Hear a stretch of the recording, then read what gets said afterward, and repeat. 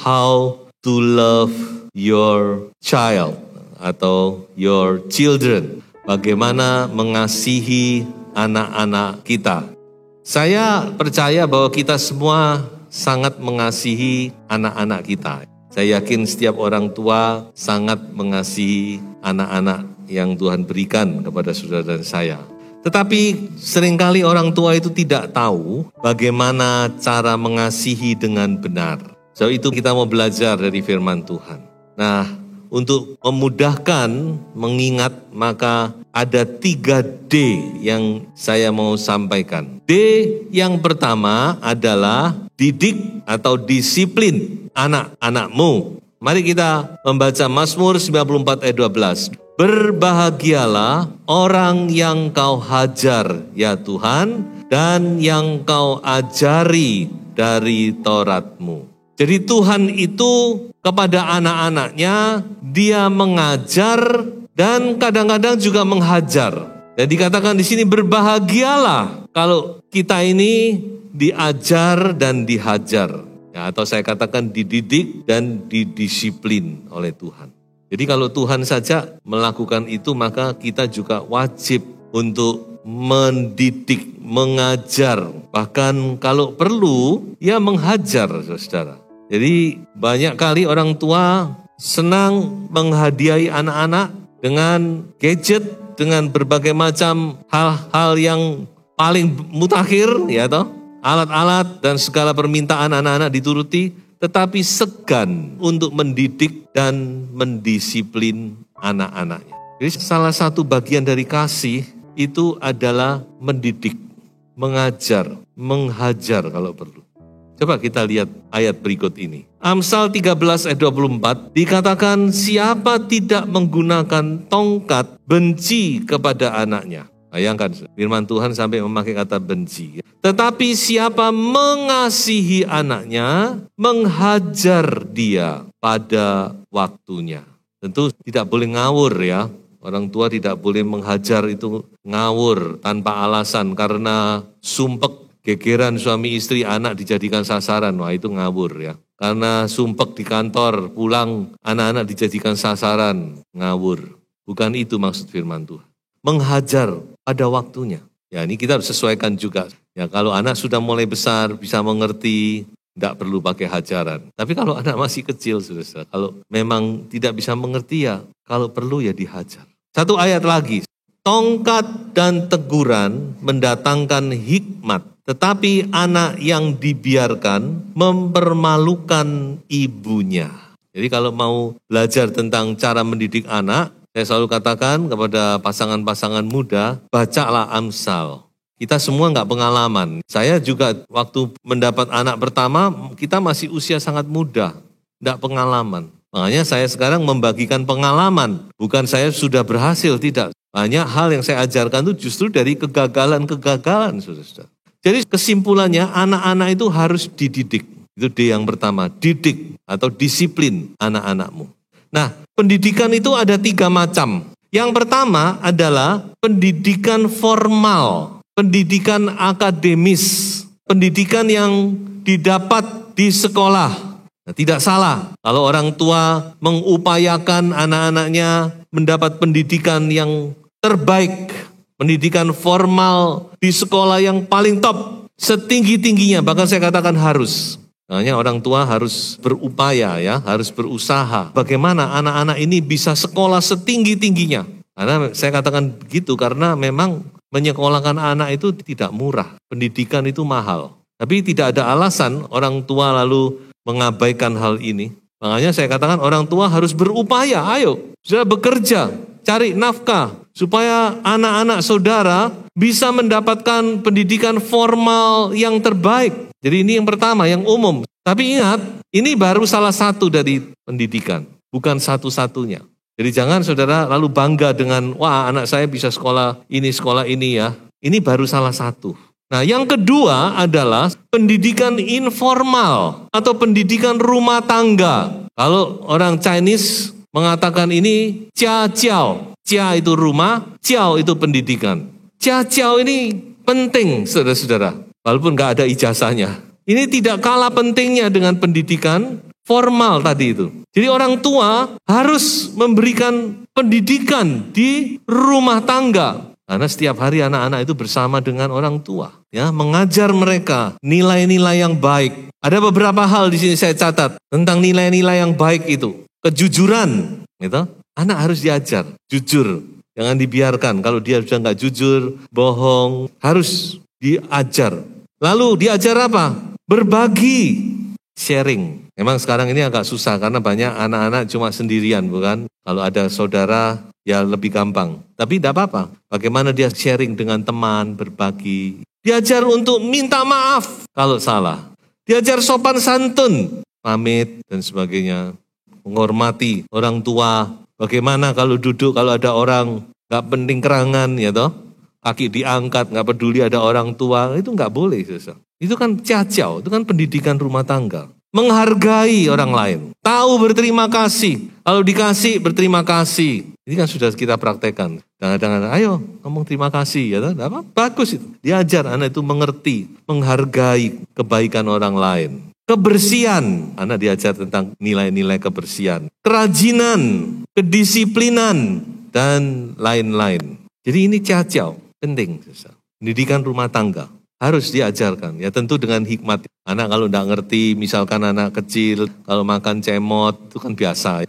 Lalu saudara karena dia makan cemot, lalu saudara jewer pipinya, nggak boleh cemot, ya nggak bisa ya saudara, namanya anak. Ya kita harus minta hikmat dari Tuhan. Orang tua harus punya hikmat. Jadi kalau kita ingin anak-anak kita diterima dengan baik, di masyarakat. Kalau kita ingin anak-anak kita disukai oleh orang, maka saya rasa ciao ini sangat penting. Didik anak-anak dengan baik. Ya, jadi jangan saudara abaikan. Wah dia sudah sekolah, dia pinter, ranking di sekolah. Gak ada kaitannya dengan ranking, gak ranking. Diajar dengan baik. Nah setelah itu masih ada yang ketiga, yaitu pendidikan iman. Pendidikan rohani. Jadi ada 3 macam pendidikan. Satu adalah pendidikan formal, kedua pendidikan informal, dan yang ketiga pendidikan spiritual. Dan ini tanggung jawab orang tua, bukan tanggung jawab gereja. Ingat ya, saya bukan tidak mau ditanggung jawab, bukan itu maksud saya saudara. Kita dari pihak gereja, dari guru-guru sekolah minggu tentu kita ingin memberi yang terbaik. Tapi saya mau beritahu kepada Bapak Ibu sekalian. Perhatikan ini bukan tanggung jawab gereja ini saudara. Mendidik anak-anak secara rohani itu tanggung jawab orang tua. Coba saudara bayangkan. Anak saudara 7 kali 24 jam seminggu, 168 jam. Dia datang di sekolah minggu, gak sampai 1 jam. Itu pun firmannya paling 15 menit. Bagaimana saudara mau menuntut tanggung jawab dari gereja? Gak bisa. Jadi pendidikan rohani ini adalah tanggung jawab orang tua. Ingat, saudara sebagai anak Tuhan bertanggung jawab mendidik anak-anak saudara di dalam iman. Coba sudah perhatikan ayat ini. Ini jelas dilakukan di rumah tangga. Haruslah engkau mengajarkannya berulang-ulang kepada anak-anakmu dan membicarakannya apabila apa? Engkau duduk di rumahmu. Apabila engkau sedang dalam perjalanan. Apabila engkau berbaring dan apabila engkau bangun. Jadi ini benar-benar sehari-hari. Ini harus saudara lakukan. Jangan saudara abaikan. Kegagalan bangsa Israel karena mereka tidak mewariskan iman mereka kepada generasi yang berikutnya. Makanya saudara baca di dalam Alkitab, setelah mereka menduduki tanah Kanaan di kitab Yosua, mereka benar-benar bangsa yang berkemenangan, tapi ketika sudah membaca kitab Hakim-Hakim, mereka benar-benar bangsa yang kalah dan kalah, kalah dan kalah. Mengapa? Karena generasi yang berikutnya tidak mengenal Allah dikatakan. Tidak mengenal perbuatan-perbuatan Allah. Jadi artinya apa? Enggak diajar sama orang tua. Ayo saudara, belum terlambat. Jadi orang tua itu punya tanggung jawab untuk mewariskan imannya kepada anak-anaknya.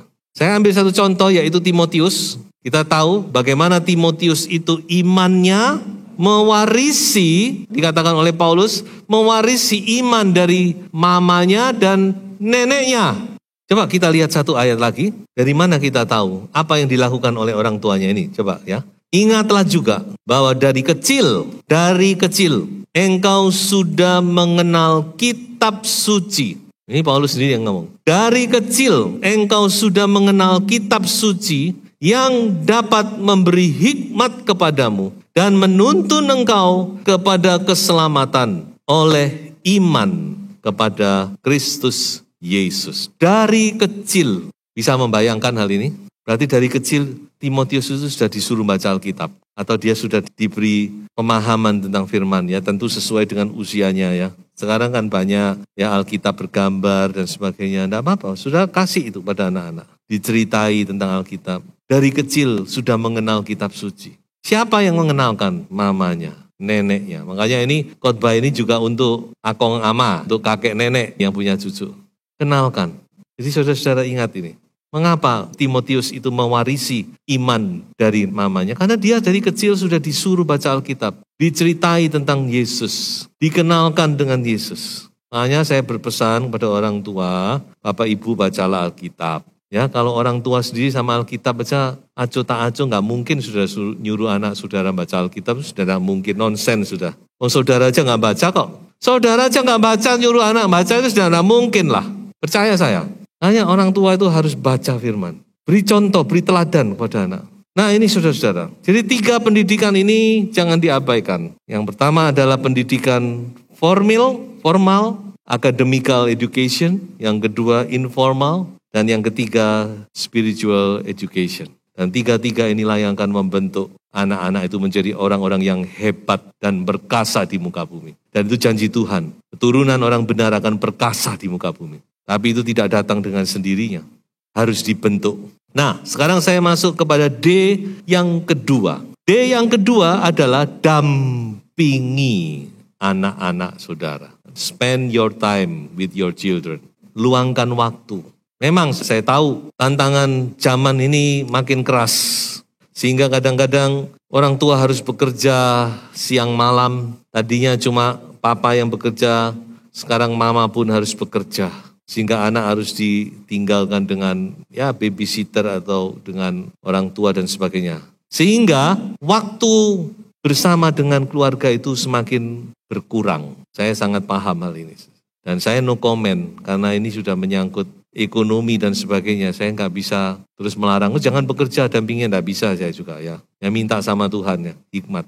Tapi yang penting saya mau pesan kepada orang-orang tua, jangan Anda mengabaikan waktu kebersamaan dengan anak-anak Anda. Spend your time. Luangkan waktu bersama dengan mereka. Walaupun mereka juga sudah dewasa, tetap perlu luangkan waktu. Makan bersama, sharing, dan sebagainya. Jadi yang penting itu saudara-saudara, saudara harus bisa memaksimalkan waktu bersama anak-anak. Jadi kalau sudah waktunya sedikit, lalu saudara pulang, udah capek, lalu saudara waktu yang ada saudara pakai kerja main gadget, lihat TV, lihat video, ya bagaimana? Wah saya perlu hiburan, iya saya tahu. Memang menjadi orang tua itu adalah pengorbanan. Kalau nggak mau berkorban ya lebih baik nggak jadi orang tua. Jadi orang tua itu perlu pengorbanan. Makanya yang penting itu kualitas, quality time. Jadi kalau waktu Anda sudah sedikit, justru Anda harus bagaimana caranya waktu yang sedikit itu benar-benar berkualitas bersama anak-anak.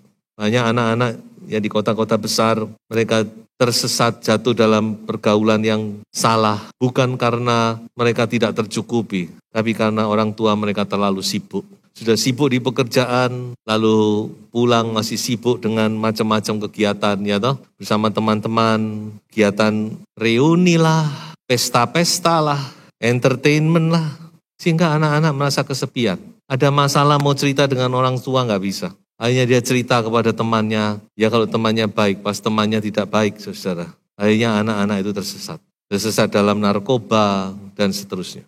Jadi inilah cerita klise, tapi itulah situasi yang harus kita pahami. Apalagi zaman sekarang, saudara ya. Zaman sekarang ini benar-benar anak-anak itu harus kita dampingi. Susah mencegah anak-anak untuk tidak, misalkan zaman sekarang anak-anak kecil udah bawa gadget bukan? Udah ada tab, sudah bawa HP, mereka sudah pinter sekali scrolling, pinter sekali internetan dan sebagainya. Nah itulah, kita justru harus lebih mendampingi mereka. Spend your time, dampingi anak-anak, Bapak Ibu sekalian. Supaya anak-anak itu ada pendampingan, mereka tidak sampai salah melangkah. Dan yang ketiga, D yang ketiga adalah doakan dan berkatilah anak-anak. Amin. Jadi kalau ini bisa dilakukan mulai anak kecil, anak baby sampai anak dewasa, saudara harus terus lakukan. Mendoakan dan memberkati anak-anak. Saya heran kalau ada orang tua enggak memberkati malah mengutuk, itu saya heran. Ada 1-2 kasus komplain, orang tua saya itu kalau marah yang keluar tuh kutukan-kutukan. Heran ini. Orang tua itu harus memberkati. Itu sudah contoh dalam Alkitab. Abraham memberkati Ishak, Ishak memberkati Yakub, Yakub memberkati ke-12 anaknya, dan seterusnya. Musa memberkati bangsa Israel. Ucapan berkat, bukan ucapan-ucapan yang negatif. Jadi kalau ada orang tua yang suka ngomong negatif kepada anak-anak, bertobat dalam nama Yesus. Jadi orang tua itu harus positif kepada anak. Walaupun mungkin anak itu, kadang anak itu macam-macam bukan? Ada anak yang bisa mengerti, bisa menyenangkan hati orang tua. Tapi ada anak-anak yang tidak mengerti, yang kadang-kadang menjengkelkan. Ya, tidak apa-apa, tetap harus didoakan dan diberkati anak-anak. Supaya mereka bertumbuh dengan doa orang tua. Nanti satu saat Tuhan pasti akan memberikan mereka pengertian. Jadi inilah 3D. Jadi yang pertama, dididik, yang kedua, dampingi, yang ketiga, doakan. Saudara ingat terus ini. That is the way you love your children. Kalau saudara mau mengasihi anak saudara, inilah caranya. Didik mereka, dampingi mereka, doakan mereka. Dan saya mau akhiri dengan 2 contoh dalam Alkitab tentang Daniel dan tentang Musa. Saya bisa tahu bagaimana Daniel dalam masa remaja dia sudah ditawan ke Babel. Musa juga, Musa sejak kecil, ya bukan ditawan tapi Musa diangkat anak oleh putri Firaun. Sehingga dia dipisahkan dari orang tua mereka. Tapi firman Tuhan mencatat bagaimana Daniel, bagaimana Musa, dan juga beberapa tokoh yang lain. Mereka dalam usia yang muda, mereka bisa memilih jalan yang benar.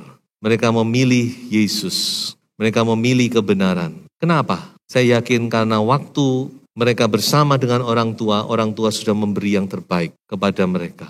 Mengajar dengan yang terbaik. Saya masih ingat anak saya ketika anak saya yang pertama kami sekolahkan ke Australia. Itu pengalaman pertama kami pisah dengan anak. Dan satu hal yang saya rasakan waktu itu, kok cepat ya. Dan memang sudah sejak dia sekolah, secara praktis sudah tidak lagi bersama dengan kami. Ya ketemu. Kalau kami berkunjung, kalau dia libur, tapi berarti sudah pisah saat itu. Sampai sekarang, ya rumah tangga dan seterusnya. Waktu itu saya merasa, aduh kok cepet. Kok tiba-tiba anak ini sudah harus pisah dengan kita, suami istri. Waktu bersama ini kok cuma cepat. Nah itu, saudara. Jadi waktu kebersamaan kita bersama anak-anak itu lebih singkat dari apa yang kita bayangkan. Saudara jangan pikir, oh anak saya masih kecil, masih lama. Nanti saudara akan merasakan itu. Sebentar aja anak itu akan menjadi dewasa. Dan dia akan pisah dengan orang tua. Dia akan punya jalan sendiri. Makanya nasihat firman Tuhan, gunakan waktu Anda bersama anak-anak itu dengan sebaik-baiknya. Tuhan Yesus memberkati. Haleluya.